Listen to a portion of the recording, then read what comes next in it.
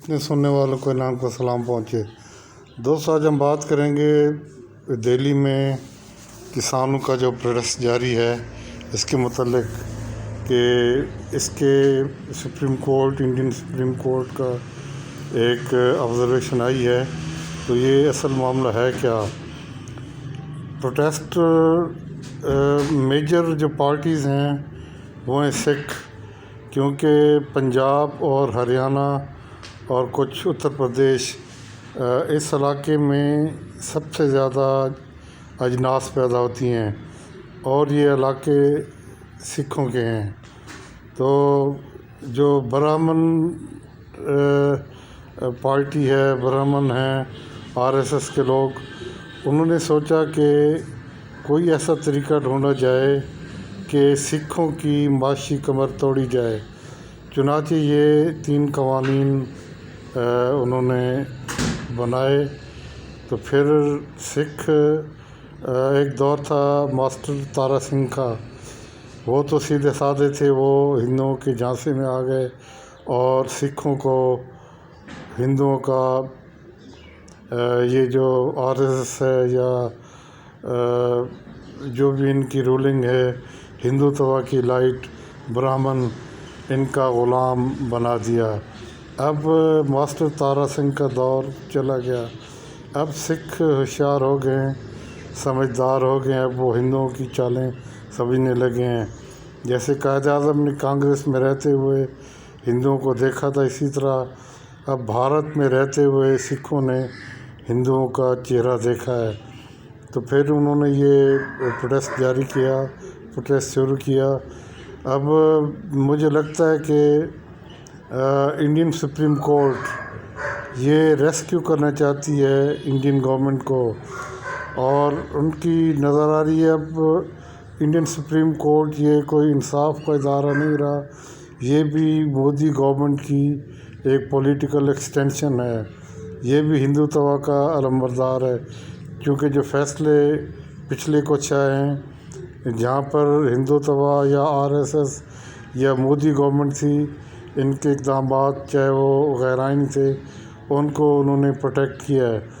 اب یہ Indian government اور انڈین سپریم کورٹ یہ چاہتی ہے کہ ایک دفعہ یہ پروٹیسٹنٹ اپنے گھروں کو واپس چلے جائیں، اس کے بعد پھر ان پر کریک ڈاؤن بھی ہوں گے، پھر ان کو پولیس کے مقدمات میں الجھایا بھی جائے گا اور ان کو واپسی کا راستہ روکا جائے گا۔ لیکن میرے خیال میں یہ سکھوں کو یہ بات سمجھ میں آ گئی۔ حالانکہ سپریم کورٹ چاہتی تو یہ غیر آئینی اقدام ہے، میری چیز ہے، میں گندم اگاتا ہوں، چاول اگاتا ہوں، میری مرضی میں کسی کو بیچوں، میری مرضی میں اپنے گھر پہ رکھوں، مجھے کوئی مجبور تو نہیں کر سکتا۔ یہ انسانی بنیادی حقوق کے بھی خلاف تھی اور کسی بھی دنیا کے قانون آئین کے مطابق یہ متصادم تھی۔ سپریم کورٹ چاہتی تو اسے کالعدم قرار دے سکتی تھی، لیکن انہوں نے ایسا نہیں کیا۔ وہ اب ایک آبزرویشن ہے کہ آپ پروٹیسٹ کرتے رہیں لیکن اس سے لوگوں کو تکلیف نہ ہو۔ بھئی اگر وہ پروٹیسٹ کرتے ہیں ایسا جس کا ویٹ گورنمنٹ پر نہ پڑے، تو پھر وہ ساری عمر بیٹھنے سے کیا فرق پڑے گا؟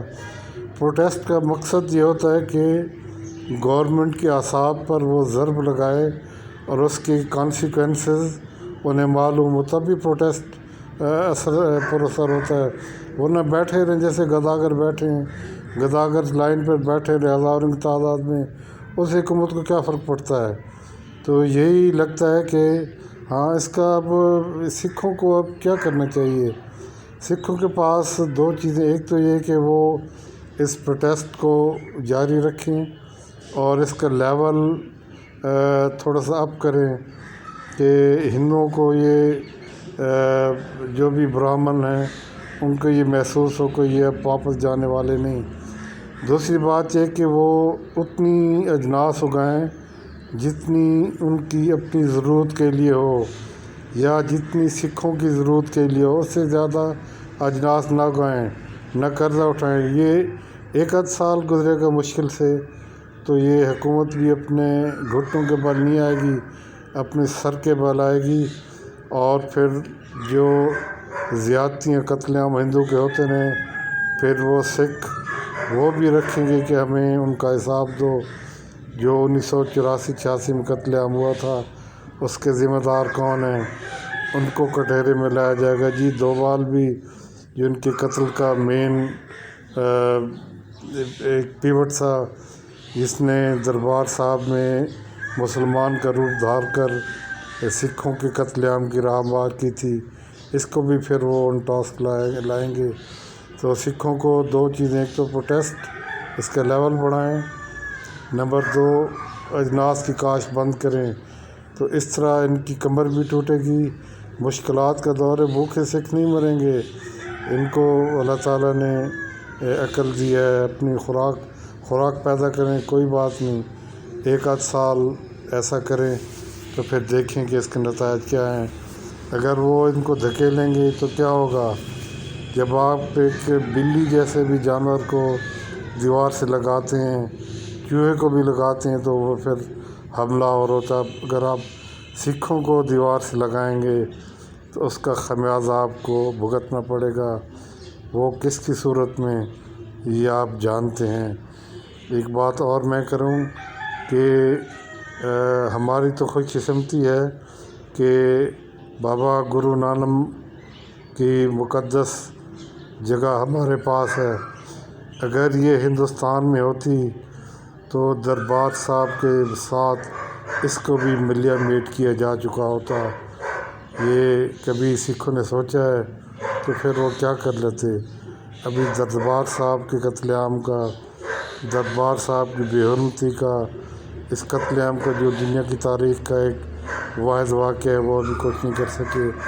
تو بابا گرو نانک کے جگہ پر جو بم بھارتیوں نے پھینکا تھا 65-71 کی لڑائی میں، کیا سکھوں نے اس کا حساب پوچھا ہے؟ لیکن مجھے لگتا ہے کہ صرف اب وہ ماسٹر تارا والے سنگھ والے سکھ نہیں رہے، اب یہ سمجھدار اور اپنا حساب چکانے کی پوزیشن میں آ چکے ہیں۔